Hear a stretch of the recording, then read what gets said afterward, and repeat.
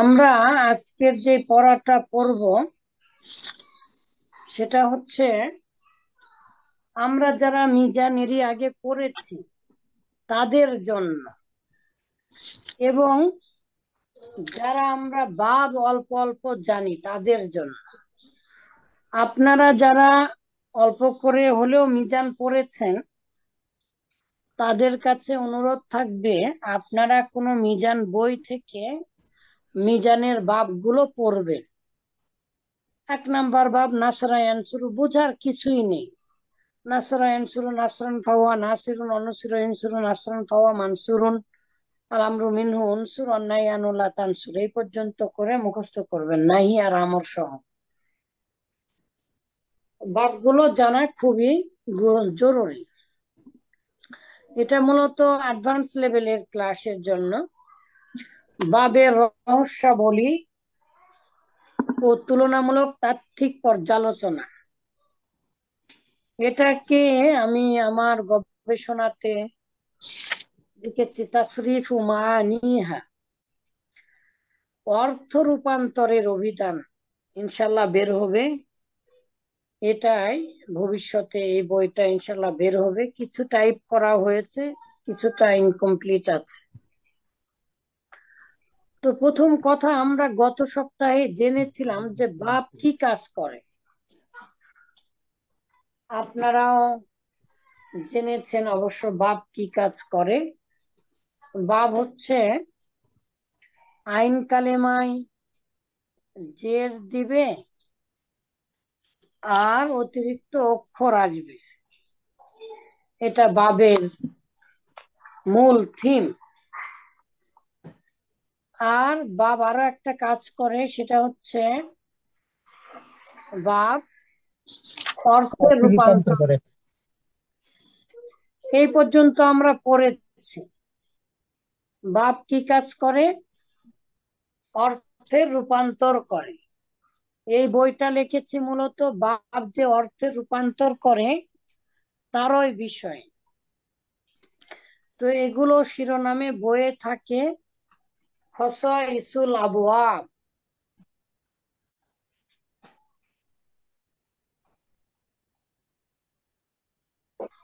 খসাইস মানে হচ্ছে বৈশিষ্ট্য, আর বাব মানে হচ্ছে দরজা।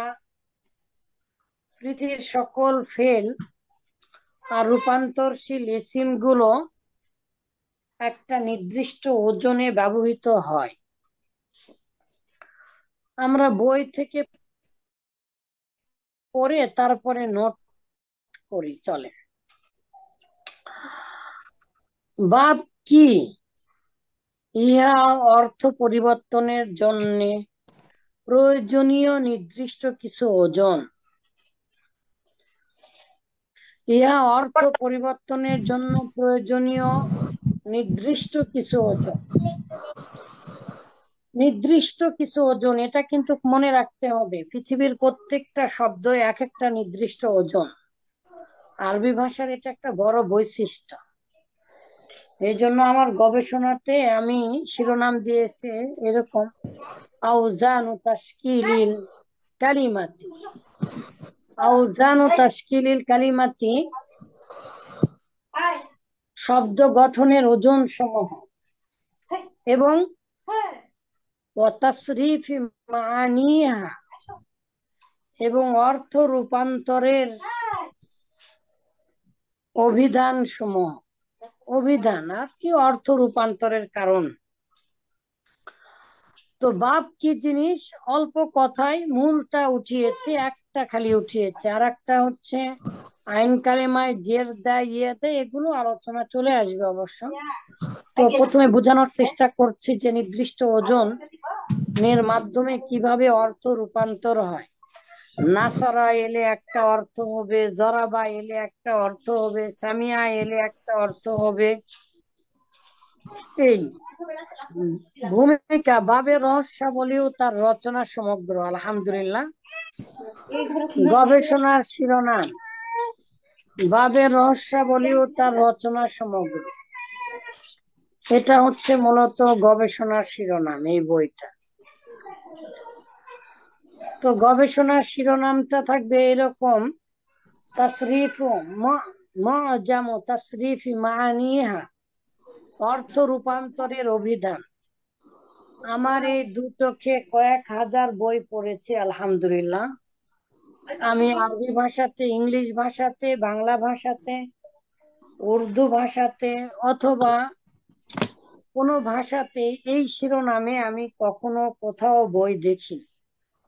এই জন্য এগুলো জিনিসগুলো আগে প্রচার না হওয়াই ভালো। যেহেতু পড়াতে শুরু করেছি, আর করার কিছু নেই। তবে আল্লাহ আমাকে সকল প্রকার মানুষের হিংসা থেকে রক্ষা করুন, আল্লাহুম্মা আমিন। আমিন। তাহলে অর্থ রূপান্তরের অভিধান কিভাবে হয়? ভাবের মাধ্যমে হয়। অবশ্যই এর আগেই যা জানতে হবে, এগুলো এখনো লেখা হয়নি। তো গুরুত্ব বা প্রয়োজনীয়তা কি? পিতাহীন সন্তানদেরকে যেমন এতিম বা অনেক সময় বলা হয়, মানে এতিম বা অনেক সময় অন্য কিছু বলা হয়, গালি দেওয়া হয়, সেই গালিটা এখানে আমি উঠাইনি। তেমনি বাপবিহীন আরবি ভাষা জানার অবস্থা।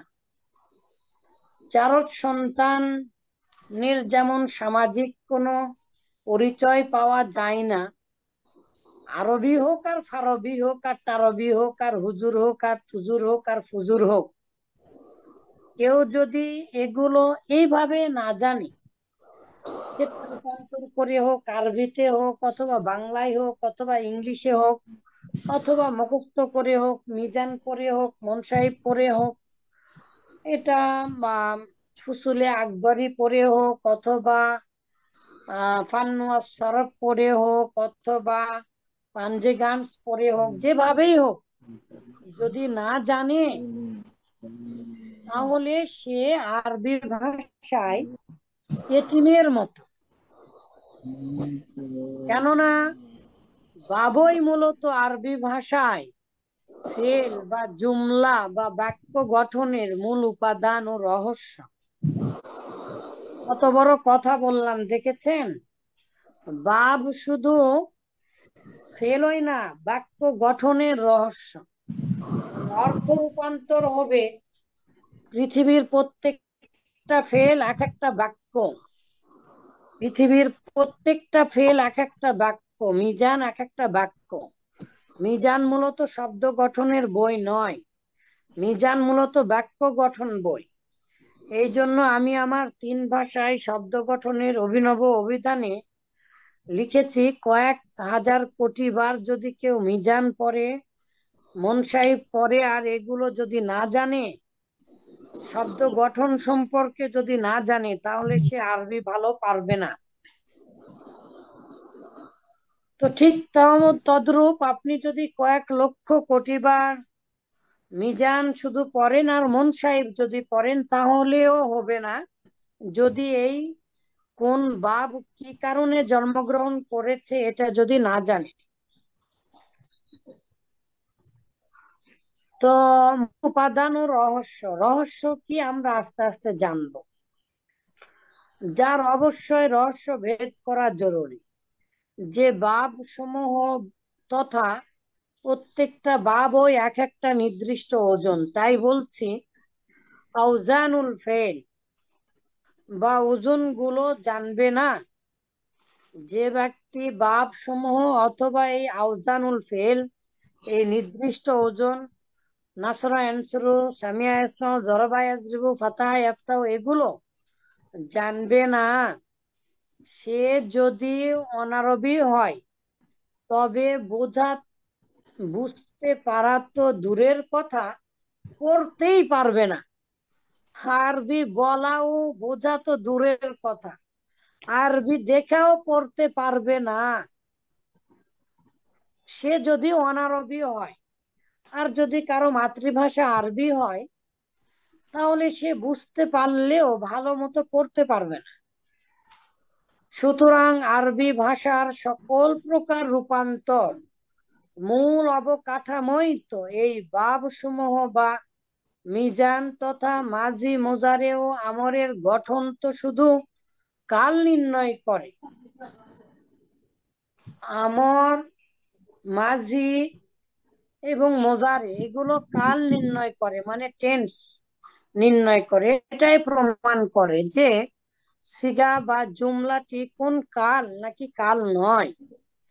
কিন্তু বাবের অনুপাতে নির্দিষ্ট গঠনগুলো শব্দের ওজন, যেটা আকৃতি গঠন করত, মানে বাক্যটার আকৃতি বা স্ট্রাকচার গঠন করত, সেই অনুপাতে অর্থের তারতম্য করে। তাহলে বাব বাক্য গঠনের নির্দিষ্ট অবকাঠামো, এটা অনেক কিছু সংশোধন করতে হবে। যেভাবে বুঝেছে সেভাবে ইয়ে করেছে। যাই হোক, আমি বলে দিচ্ছি, আশা করি আপনারা বারবার বারবার শুনবেন প্রয়োজন হলে। এগুলো কঠিন মনে হলেও মূল পড়াতে গেলে সহজ মনে হবে ইনশাল্লাহ। আকৃতি গঠন করত, সেই অনুপাতে অর্থের তারতম্য করে বাব। মূলত অর্থকেই নির্দিষ্ট করে। বাব মূলত কি করে? কোন বাবের কোন অর্থ হবে এটা নির্দিষ্ট করে। এক একটা বাব এক একটা কারণে জন্মগ্রহণ করেছে। বাংলা ভাষা দিয়ে বুঝায়, আপনি বুঝতে পারবেন। পড়া, পড়া মানে লেখাপড়া করা, আর পড়া মানে পড়ে যাওয়া। হ্যাঁ, যে জিনিস হচ্ছে পরিধান করা তার সাথে হচ্ছে পড়া। আর পরিধান ছাড়া যে কোনো জিনিস পতিত হওয়া, এটা হচ্ছে ডয়বিন র দিয়ে, পড়া ছাড়া। আচ্ছা, যাই হোক, আহ কি বলি তাহলে? অর্থকেই নির্দিষ্ট করে। অর্থকে কে নির্দিষ্ট করতে পারে? বাপ।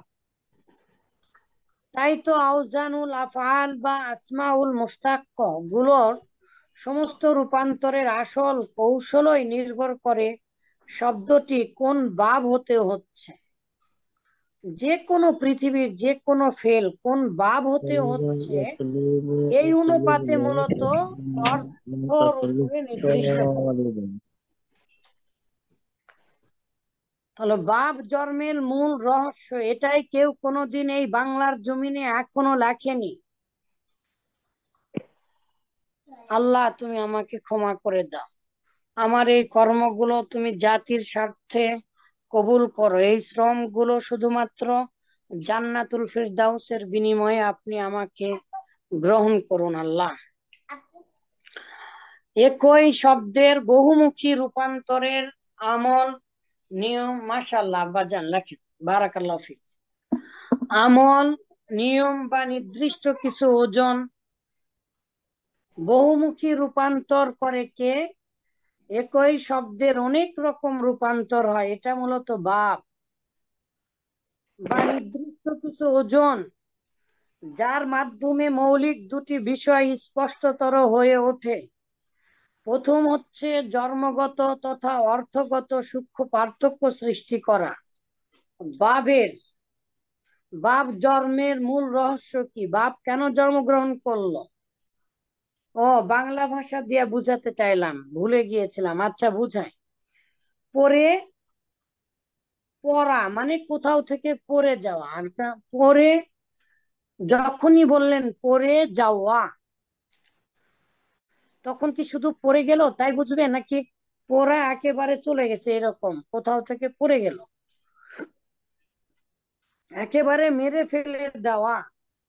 শুধু মারেনি, মেরে আবার ফেলে দিয়েছে, ফলে সে আর উঠতে পারছে না, মানে মরে গেছে। তাহলে মেরে ফেলা, একেবারে মেরে ফেলে দিয়েছে। তখন আমরা, এটা দুটা শব্দ দিয়ে গঠিত হয়েছে বাংলা ভাষা। একটা হচ্ছে মারা, আর একটা হচ্ছে ফেলে দেওয়া। দুটা মিলা একটা শব্দে গঠন হয়েছে, মেরে ফেলে দেওয়া। চলে যাওয়া, শুধু চলা মানে কি বলেন তো? দু একজন কথা বলেন, শুনতে পাচ্ছেন আমাকে? জি শেখ, শোনা যাচ্ছে। চলা মানে কি? কোথাও যাওয়া, তাই চালু, না? চলা মানে যাওয়া, হেঁটে চলা। এটা চলো কিন্তু হাঁটা চলা। একেবারে যখন যখন আমরা বলি চলে যাওয়া, মানে কোনো প্রস্থান একটা করে, জায়গা পরিদর্শন থেকে করে। প্রস্থান করা, একেবারে চলে যাওয়া। জি মানে যাওয়া আর চলে যাওয়ার মধ্যে একটু পার্থক্য আছে না? জি জি জি, অবশ্যই আছে। বাংলা বুঝতে পারছেন আপনারা? জি সাহেব। তাহলে যাওয়া আর চলে যাওয়া, যাওয়া মানে গেল, চলে যাওয়া মানেও কিন্তু যাওয়া, কিন্তু চলে যাওয়ার মধ্যে একটা কি আছে, অর্থের ব্যাপকতা আছে।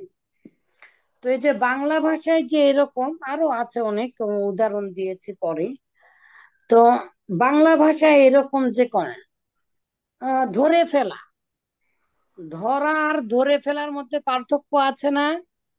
জি বাংলার মধ্যে একটু পার্থক্য বোঝা যাচ্ছে। ধরা মানে কোনো কিছু ধরা, আর ধরে ফেলা মানে চলে যেতে লাগছিল, তাকে ঢক করে ধরে ফেললেন, হঠাৎ করে ধরে ফেললেন, অথবা চোর চলে যেতে লাগছিল তাকে ধরে ফেললেন। এই যে এই পার্থক্য গুলো আমরা বুঝি না, বাংলা ভাষাতেও বুঝি না, বোঝার প্রয়োজন পড়ে না, কারণ আমরা বলার সাথে সাথে যে বুঝতে পারি অর্থটা। কিন্তু আরবি ভাষায় এটা কিভাবে বুঝবেন? একই শব্দের এই যে ব্যাপকতা আছে, অর্থের ব্যাপকতা, এই অর্থের ব্যাপকতা কিভাবে বুঝবেন? এটা এই ভাবের মাধ্যমে বুঝবেন। তাই বলছি, দ্বিতীয়ত ব্যবহারিক উচ্চারণগত পার্থক্য সৃষ্টি করে ভাষাকে হৃদয়ঙ্গম করা। ব্যবহারিক উচ্চারণগত মানে কি? ব্যবহারিক মানে ব্যবহার হবে, আপনি কিভাবে এই শব্দটা ব্যবহার করবেন। নাসারায়ণ শুরু দিয়ে ঢুকলে বলবেন দাখলা ইয়াদুখুল, আর সামিয়া ইয়াসমাউ দিয়ে ঢুকলে বলবেন ফাহিমা ইয়াফাম। এই যে আমি যে বললাম এই শব্দ দুটা আমাদেরও জানা আছে, কিন্তু কেন ফাহিমা ইয়াফামু বললাম? কারণ আমি বলছি এটা সামিয়া ইয়াসমাউ দিয়ে আসছে, এটা সামিয়া ইয়াসমাউ ভাব। তো এই যে একটা পড়ার উচ্চারণগত পার্থক্য সৃষ্টি, এটা কে করছে? ভাব করছে। তাহলে ব্যবহারিক উচ্চারণগত পার্থক্য সৃষ্টি করে ভাষাকে হৃদয়ঙ্গম করা, ধরবো কিন্তু আপনি আপনি যা বুঝতে পারছেন তাই বলবেন। আরবি ভাষায় ভাব ছাড়া কোনোভাবেই প্রকৃত অর্থ উচ্চারণ করে রিডিং করা সম্ভব নয়। যারা যারা ভাব পড়েননি, যারা যারা ভাব পড়েননি, পৃথিবী উল্টা গেলেও আপনি আরবি পড়তে পারবেন না, ন্যাড়া আরবি পড়তে পারবেন না।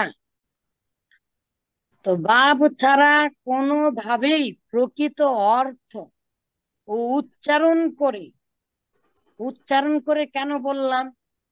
প্রত্যেকটা ভাবের কাজ কি? আইন কালেমায় জের দেওয়া আর অতিরিক্ত অক্ষর নিয়ে আসা। তাহলে এই ভাব না পড়লে কেউ কোনোদিন উচ্চারণ করে রিডিং করতে পারবে? সে তো জানবেই না যে শব্দটা কিভাবে পড়তে হবে, কোথায় জবর দিব, কোথায় জের দিব, কোথায় পেশ দিব, আইন কালেমা। এটা তো সে জানেই না, করবে কিভাবে? অসম্ভব, পৃথিবী উল্টা গেলেও সম্ভব না। তাই প্রকৃত সত্য এই যে, তার মানে এগুলোতে অনেক কিছু লিখতে হতো। যাই হোক, ফেলের আইন কালেমার হরকত এবং অতিরিক্ত বর্ণ, যেটা প্রথমেই বলেছিলাম তাই না, বাবের কাজ কি প্রথম দিনে বলেছিলাম। ফেলের আইন কালেমায় হরকত এবং অতিরিক্ত বর্ণ, হরফ বৃদ্ধি করে সঠিক অর্থ জানানো এবং উচ্চারণকে পড়ানোই মূলত রহস্য। মানে উচ্চারণ করে পড়ানোই, এটা কে পড়াবে? বাপ পড়াবে। আপনি আপনি যদি বাপ পড়েন, তাহলে আপনি সকল শব্দের উচ্চারণ এবং প্রকৃত অর্থ কি এটা আপনি জানবেন। তো মন সাহিবে অর্থর বিষয়ে আলোচনা করা নেই। মন সাহিব মিজানের সাথে যে অংশটা আছে সেখানে শুধু এই আইন কালেমায় আর অতিরিক্ত অক্ষর কিভাবে হবে সেটা আলোচনা করা আছে। তো বাব কি কাজ করে এটা আগে একদিন শেখানো হয়েছে। বাব কি কাজ করে? দুটা ভাগে তিনটা কাজ করে। বাব সকল ফেলের আইন কালেমায় জবর হবে না, জের হবে না, পেশ হবে, এটা বলবেন বাব। প্রত্যেকটা ফেলের মধ্যে কোন কোন অক্ষর অতিরিক্ত হবে এটা বলবেন বাব। আর বাবের সবচাইতে বড় বড় বৈশিষ্ট্য হচ্ছে বাব অর্থ অর্থ বলবে, অর্থে রূপান্তর করাবে বাব। কয়েক হাজার হাজার উদাহরণ এখানে আলহামদুলিল্লাহ দিয়েছে। আরবি ভাষায় সর্বাধিক ব্যবহৃত হয় নাসরা ইয়ানসুরু শব্দটা। আরবি ভাষায় অনেক অনেক বেশি ব্যবহার হয়। এটা একটা মিজানের মন সাহেবের প্রথম বাবের নাম। এর আগে যারা আপনারা শোনেননি, মন সাহেব পড়ে সবকিছু বাদ দিয়ে শুধু বাপটা পড়বেন। নাসারা ইয়ানসুরু নাসরান ফাহুয়া নাসিরুন ওয়া নুসিরা ইউনসারু নাসরান ফাহুয়া মানসুরুন আল-আমরু মিনহু উনসুর ওয়ান নাহয়ু আনহু লা তানসুর। এই পর্যন্ত শুধু মুখস্থ করবে। যারা এর আগে কোনোদিন মিজা মন সাহেব পড়েননি তারা এই পর্যন্ত মুখস্থ করবেন। ওটা হচ্ছে নাসরা ইয়ানসুরু এর রূপান্তর। আমি এখানে রূপান্তর উঠাইনি, তবে চিন্তা করছি রূপান্তর গুলো শুধু উঠানোর। প্রথমটা বুঝতে পারবেন না, পরেরটাও বুঝতে পারবেন না। আচ্ছা, এখানে খুব সংক্ষিপ্ত করে লেখা হয়েছে, নতুন করে এই বইটা আবার লেখা হয়েছে। আচ্ছা, শুধু এখানে একটা কথা লেখা রাখি, নাসারা ইয়ানসুরু দিয়ে সকলেই খাতায় লেখেন। আমার কথা শুনতে পাচ্ছেন? জি সাহেব, শোনা যাচ্ছে। দয়া করে শুধু লেখেন নাসারা ইয়ানসুরু। জন্মগত এইভাবে বৈশিষ্ট্য হচ্ছে, এখানে যেগুলো লিখেছি এগুলো এখন মাথায় ঢুকবে না, শুধু লেখেন। যে শব্দের উচ্চারণ যত সহজ, না ওটা লেখার দরকার নেই। লিখতে হবে, এটাও লিখতে হবে, না লিখলে হবে না অবশ্য। শব্দের উচ্চারণ যত সহজ, সবগুলো নাসারা শুরু দিয়ে আসে। শব্দের উচ্চারণ যত সহজ, সকল শব্দই নাসারা শুরু দিয়ে আসে সাধারণত। আমাকে একটু জানান, এই কথাটা কি লিখেছেন? যে শব্দের উচ্চারণ যত সহজ সেই শব্দ বেশি নাসারা শুরু দিয়ে ঢুকবে। জি আপনারা সাহেব। যারা এর আগে পড়েছেন, সহি সহি নাম শুনেছেন না? সহি অ্যাডভান্স লেভেলে যারা পড়েছেন জি তাদের জানার কথা। জি সাহেব। বেশিরভাগ সহি গুলোই নাসরা শুরু দিয়ে ঢোকে। কারণ কি? সহির উচ্চারণ সহজ। যেই শব্দের উচ্চারণ বেশি সহজ সেই শব্দগুলো এই নাসরা শুরুর ওজনে আসে, এই ওজনে ব্যবহার হয়। তারপরে একবার বলে দেই, আরবি ভাষায় সর্বাধিক ব্যবহৃত হয় এই নাসরা শুরুটা। এই ওজনের সিগার উচ্চারণ খুব সহজ। নাসারা শুরু এই ওজনের সিগার মানে ফেলের বা এই ওজনের যে শব্দগুলো আছে সেই শব্দের উচ্চারণ কি হয়? কঠিন হয় না সহজ হয়? সহজ হয়। এই বাব জরাবা ইয়াজরিবু, বাবের নাম শুনেছেন আপনারা? জি জি এরই আগে আপনারা আমার কাছে পড়েছেন না মোতাল? মোতালের উচ্চারণ কঠিন না সহজ? কঠিন সাহেব, তালের উচ্চারণ সবচেয়ে কঠিন। মোতালের উচ্চারণ সবচাইতে কঠিন।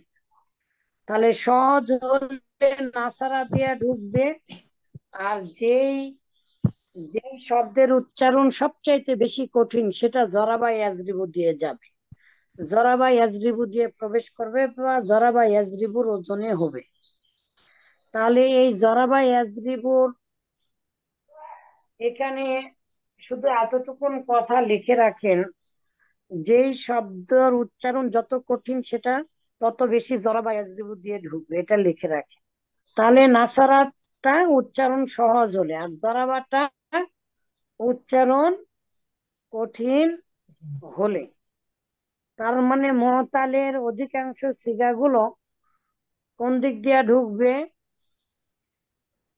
দু একজন কথা বলবেন। তারা বা ইয়াজরিবু দিয়ে ঢুকবে, প্রবেশ করবে। তার মানে যে উচ্চারণটা যত কঠিন সেটা কোন দিক দিয়ে ঢুকবে? জরাবা ইয়াজরিবু দিক দিয়ে ঢুকবে। ধরা বা ইয়াদ্রিবু।